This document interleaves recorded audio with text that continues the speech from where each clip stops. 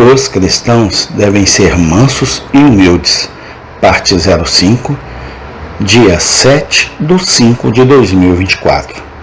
A mansidão, como o amor, é exercida primeiro para com Deus. Mansidão é uma disposição de submissão, mas nossa submissão primária deve ser à vontade de Deus. A pessoa não deve forçar sua própria vontade pessoal a impedir a causa de Cristo, mas deve permanecer firme no caminho de Deus até o ponto de resistir a tudo o que difere do caminho de Deus. Por quê? Porque Deus nos diz para fazer isso. Então devemos fazê-lo ou não estaremos nos submetendo humildemente a Deus.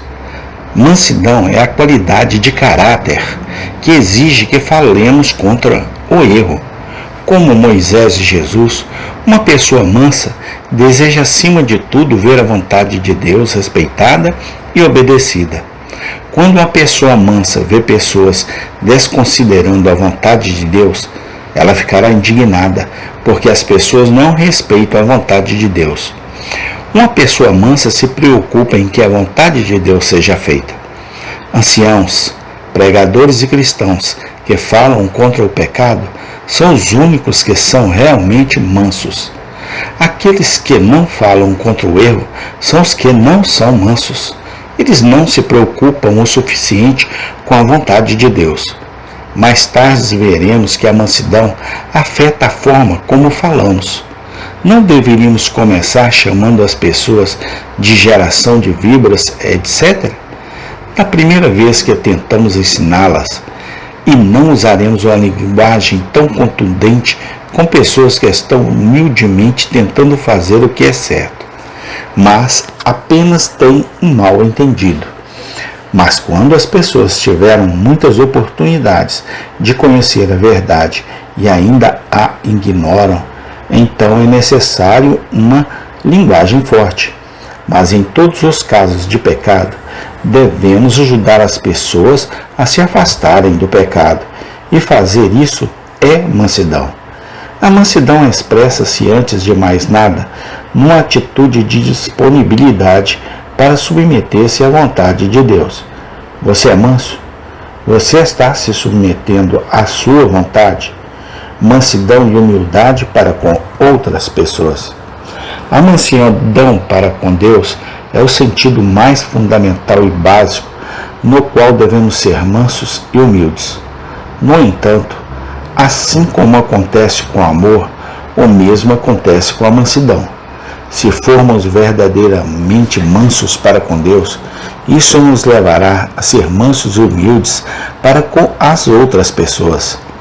Nas nossas relações com outras pessoas, a mansidão e a humildade exigem que façamos o seguinte. 1. Devemos nos submeter à autoridade humana ordenada por Deus. Não dizemos que os homens têm o direito de fazer leis na religião que estejam fora do domínio daquilo que a palavra de Deus autoriza, mas a palavra de Deus diz que também devemos estar sujeitos a diversas formas de autoridade humana.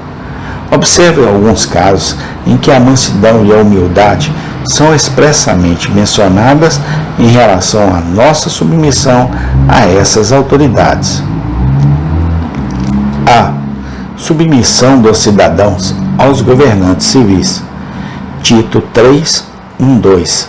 No mesmo contexto em que somos instruídos a ser mansos, gentis e humildes para com todos os homens, também somos instruídos a ser submissos e obedientes aos governantes e autoridades.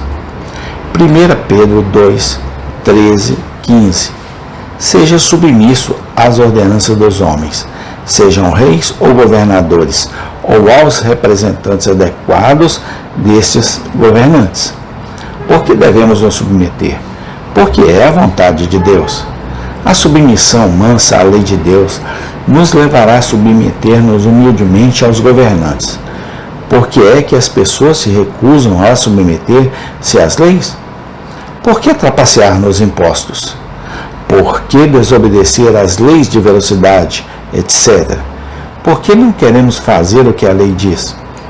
Queremos fazer o que queremos. Somos obstinados e não estamos dispostos a negar a nós mesmos. De quais qualidades precisamos para evitar essas atitudes? Precisamos de mansidão e humildade, disposição para deixar de lado a nossa vontade e submeter-nos à vontade dos governantes. B. Submissão das esposas aos maridos. 1 Pedro 3, 1-6. Repetidamente, Deus diz que as esposas devem ser submissas a seus maridos. Em meio a esse ensinamento, ele exige que as mulheres sejam adornadas com um espírito manso, gentil e quieto.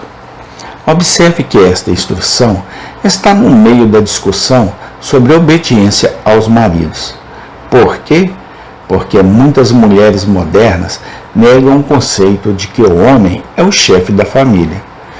Por que tantas mulheres são infelizes e rebeldes contra a ideia de seguir a vontade dos seus maridos?